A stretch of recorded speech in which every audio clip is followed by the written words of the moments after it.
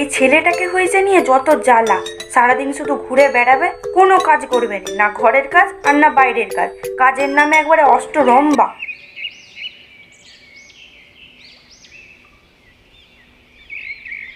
মিতা, আরে ও মিতা, কোথায় গো?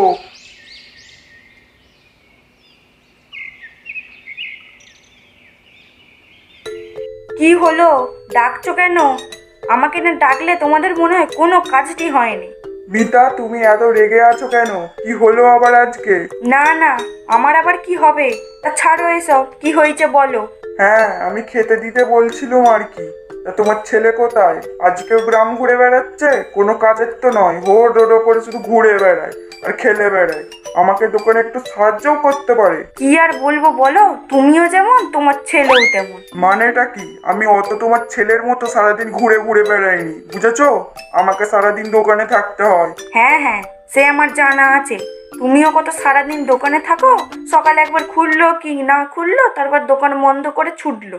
যত সব। হ্যাঁ, ওই দরকারি একটু মিটিং থাকে তাই আর কি একটু যেতে হয়, তুমিও সব বুঝবে না। না না, আমি তো কিছুই বুঝিনি। ঢং যত। মা, ও মা, খেতে দাও, জোর খিদে পেয়েছে। তা তোর ব্যাপারটা কি গোপাল? এই আসার সময় হলো, সারাদিন একটা কোনো কাজ করিসনি, সারাদিন শুধু ঘুরে আর খেলে বেড়াস।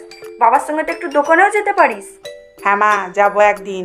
একদিন মানে কালকেই বাবার সঙ্গে যাবি, দোকানে থাকবি। কালকে? না না, কালকে নয়। কেন, কালকে কি যুদ্ধ জয় করতে যাবি নাকি? কালকেই যাবি তুই। আচ্ছা মা, যাবো, কিন্তু আমাকে খিচুড়ি আর মাংস খাওয়াতে হবে। আমার না খুব মাংস খেতে ইচ্ছে করছে। মাংস আমি কোথা থেকে পাবো? তোর বাবাকে বল। মাংস কেনার মতো পয়সা এখন আমার কাছে নেই। তুই যদি পারিস নিজে কিনে আনবি। সারাদিন তো শুধু ঘুরে ঘুরে বেড়াস, কোনো কাজ করিসনি। ঠিক আছে, দেখবে এবার আমি নিজের পয়সাতেই মাংস কিনে আনবো। তোরা বাপ বেটাতে থাম দেখিনি এবার, আর খেয়ে আমায় উদ্ধার কর।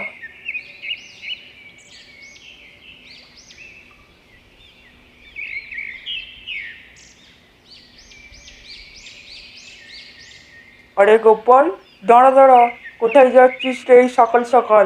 দেখি কোথায় যাওয়া যায়। কিছু হয়েছে নাকি রে? কি আর হবে, তেমন কিছু নাই। বাড়িতে বললাম একটু খিচুড়ি আর মাংস খাবো, তা বাবা বলল নিজের পয়সা কিনে এনে তারপরে খাবি। আচ্ছা, এই ব্যাপার।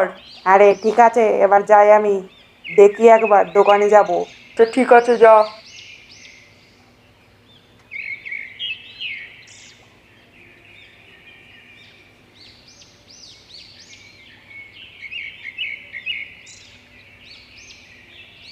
এতক্ষণে আসার সময় হলো? নিশ্চয় কারোর সঙ্গে গল্প করছিলিস।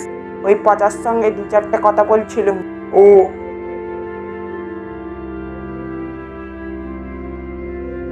কত দেরি হয়ে গেল, দেখি মাছ পাই নাকি। কি মজা, কি মজা, মাছ পেয়েছি। এবার আমি এই দুটোকে বিক্রি করে মাংস কিনবো। আরে গোপাল, কিরে এই বড় বড় মাছগুলো কোথায় পেলি? বেশ টাটকা লাগছে। নদী থেকে ধরেছি গো। আচ্ছা, তুই আমাকে এই মাছ দুটো দিয়ে দে। মা, ও মা, দেখো কি এনেছি। যাচ্ছি রে বাবা, যাচ্ছি।